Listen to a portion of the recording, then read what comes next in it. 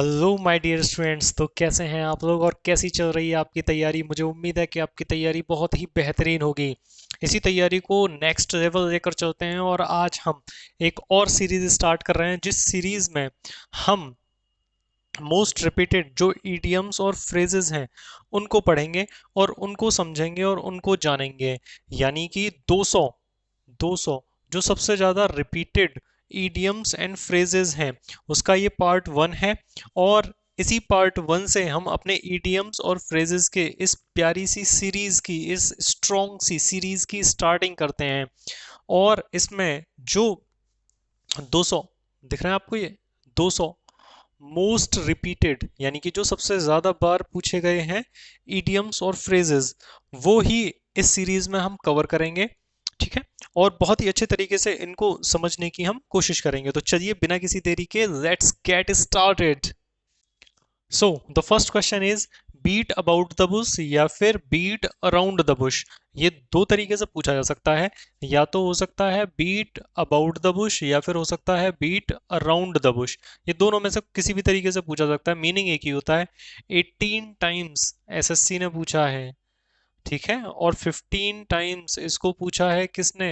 Other exams ने। किसने पूछा है?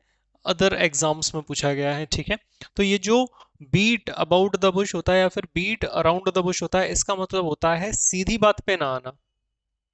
Not to come directly on a point, यानी कि डायरेक्टली पॉइंट पर ना आना, इधर उधर की बहुत सारी फालतू की बातें कर देना लेकिन सीधे मुद्दे पर ना आना, घुमा फिरा कर बातें करना, क्या कहलाता है?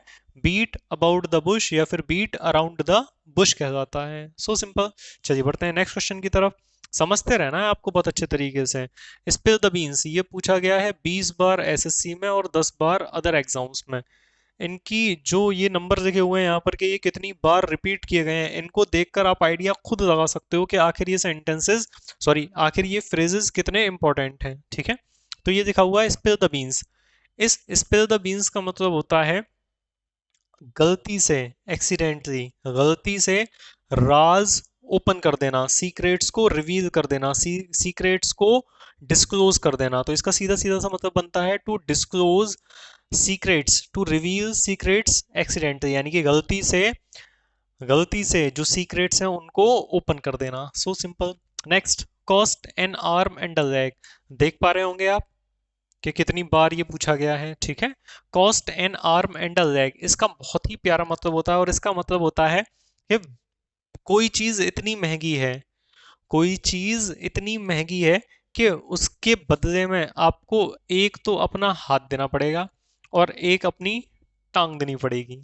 ठीक है, तो ये तो बहुत महंगा हो गया ऐसा तो सौदा। जैसे कि मानो आप कोई चीज खरीद रहे हो, स्पेशली आईफोन वगैरह, तो आपको क्या बेचनी पड़ती है? आपको बेचनी पड़ती है किडनी। ठीक है ना भैया? तो इससे भी ज्यादा कोई और बहुत महंगी चीज हो जिसके लिए आपको एक आर्म, आर्म मतलब हाथ, लेग मतलब पैर, एक हाथ और एक पैर देना पड़े उसकी कीमत में, तो वो तो चीज बहुत ही ज्यादा महंगी हो जाएगी। तो इसका मतलब होता है very expensive. Next, once in a blue moon. Once in a blue moon इसका मतलब होता है वेरी रेयरली। इसका क्या मतलब होता है? इसका मतलब होता है वेरी रेयरली। वेरी रेयरली यानी कि ऐसी कोई चीज जो बहुत ही कम हैपन होती है, बहुत ही कम घटित होती है, उसी को क्या कहा जाता है? उसी को कहा जाता है once in a blue moon. जैसे कि जिस दोस्त को हम पैसे दे देते हैं उधार, वो दोस्त दिखना बंद हो जाता है, तो वो दोस्त क्या हो जाता है भैया? वो दोस्त हो जाता है once in a blue moon, कि वो दिखना एकदम बंद हो जाता है। Next, next is face the music. 16:7 का रेशियो है इसका। ठीक है ना? Face the music. Face the music का मतलब होता है गेट रेप्रीमेंटेड, यानी कि आपने कोई गलती की और उस गलती के लिए आप सजा पाने के लिए तैयार हैं। ठीक है, आपने मान लिया कि आपने गलती की है और उसकी जो भी पनिशमेंट है उसको आप एक्सेप्ट करने के लिए you are ready to accept the punishment. तो उसी को क्या बोलते हैं? उसी को कहा जाता है face the music. Face the music. Under the weather, ये क्या लिखा है? Under the weather. इसका मीनिंग मैं लिख देता हूँ, लिखने में थोड़ा टाइम जाता है। इसका मतलब होता है क्या? सिक। सिक यानी कि बीमार। ठीक है। तो अंडर द वेदर का मतलब होता है टू फील सिक। क्या होता है भैया? टू फील सिक, यानी कि बीमार महसूस करना। यार मुझे बुखार आ गया है, तो ये मत बोलो, ये तो आम जिंदगी होगी। मेंटोस वाली जिंदगी अपनाओ और बोलो I am feeling under the weather. क्या बोलो? I am feeling under the weather. Next is a bolt from the blue. ये जो बोल्ट लिखा हुआ है, क्या लिखा हुआ है? बोल्ट। इस बोल्ट का मतलब होता है आकाश में चमकने वाली बिजली। क्या होता है इसका मतलब? इसका मतलब होता है आकाश में चमकने वाली बिजली। ठीक है ना भैया? वो जो इस तरीके से इसका साइन भी होता है इस तरीके से, बोल्ट। चलो लगा देंगे यहाँ पे बाद में। ब्लू, ब्लू मतलब स्काई, यानी कि आसमान से एकदम जो बिजली होती है, थंडर होता है, उसका एकदम से झटका लग जाना।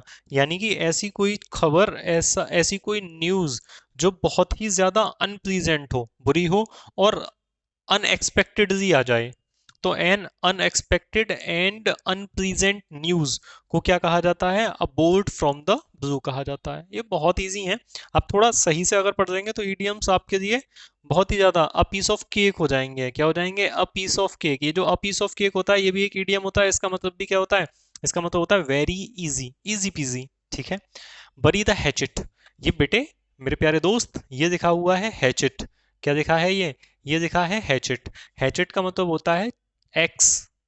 एक्स, एक्स छोटी एक्स। छोटी एक्स मतलब छोटी कुल्हाड़ी। ठीक है। तो बरी, बरी का मतलब होता है दफना देना। क्या होता है बेटे? दफना देना।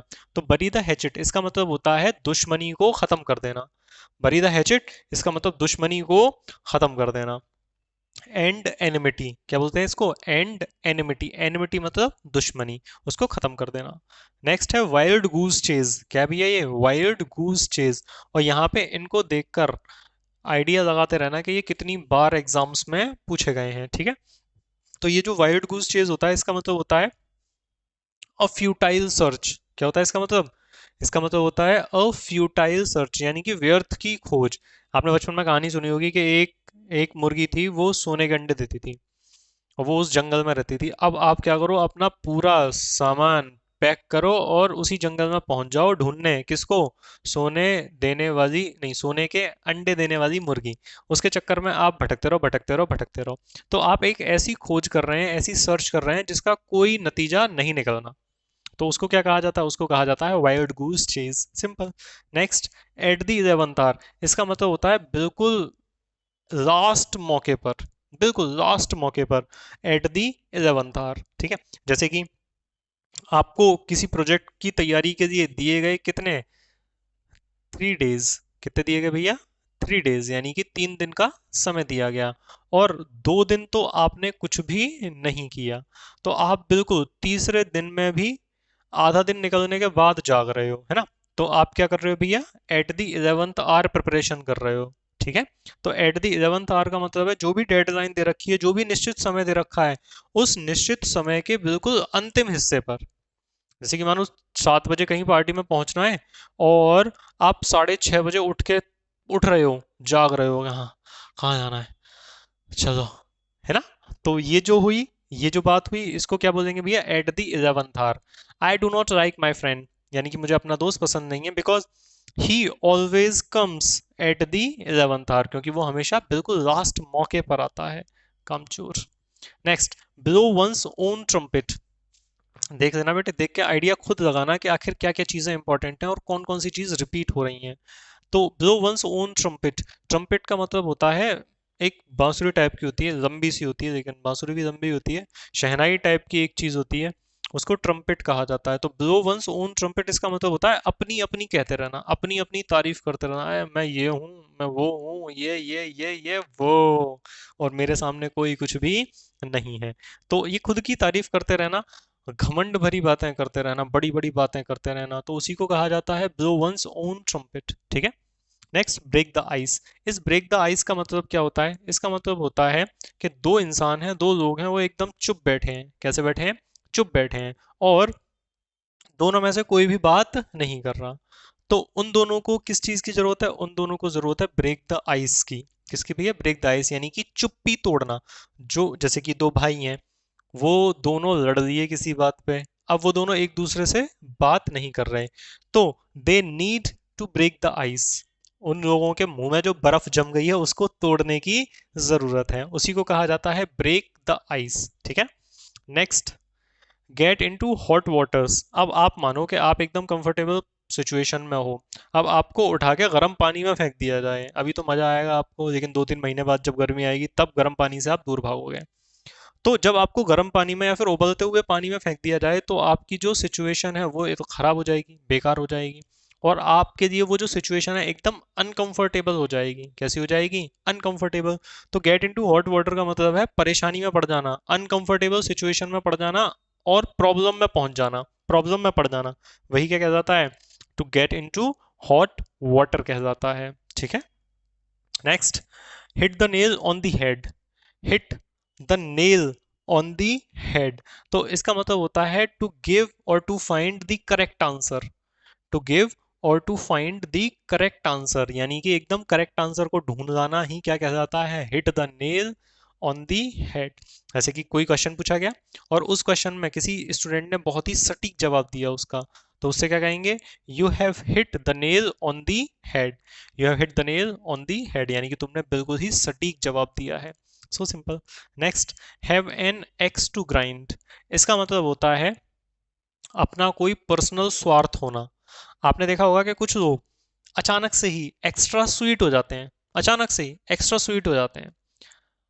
तो स्वीट होने के पीछे, उसके पीछे कोई ना कोई पर्सनल रीजन, कोई ना कोई पर्सनल मतलब छिपा होता है। तो उसी को क्या बोला जाता है? उसी को कहा जाता है have an axe to grind, यानी कि कोई ना कोई अपना पर्सनल छिपा हुआ मतलब है। ठीक है। कुछ लोग अचानक से ही बहुत मीठे हो जाएंगे, बहुत ही प्यार से बात करेंगे, और भाई ठीक ठाक हो, आप कहाँ हो, कैसे हो यार, मिलते नहीं हो, अरे भाई सुन, 5,000 रुपए हैं क्या? हाँ। तो ऐसे ही ये जो मैंने अभी आपको जो एक्ट करके दिखाया, उसके लिए जो ईडियम बनेगा वो होगा have an axe to grind. ठीक है। तो इतनी आसानी से हम इनको सीख सकते हैं, बहुत ही आसानी से। ठीक है ना। तो ये जो हमारी सीरीज है, इसी सीरीज में हम अभी तो वन वर्ड वाली सीरीज और चल रही है, उसके 5 पार्ट्स पहले से ही चैनल पर हैं, आप उनको भी जाकर देखिए, सीखिए उससे। और ये जो आज पहला पार्ट है इसका, और जल्दी ही इसके और भी बहुत सारे पार्ट्स, और वन वर्ड के भी पास पार्ट्स, और होमोफोन्स, एंटोनिम, सिनोनिम, इन सब के भी पार्ट बहुत ही जल्दी हम आपको अवेलेबल कराएंगे। बस इसी तरीके से दी इंग्लिश अल्फ़ा के साथ में जुड़े रहिए, इंग्लिश अल्फ़ा के साथ में अपनी लाइफ को बढ़ाते रहिए, ग्रो करते रहिए, अंग्रेजी सीखते रहिए, और दी इंग्लिश अल्फ़ा से सदा सदा जुड़े रहिए। Thank you so much.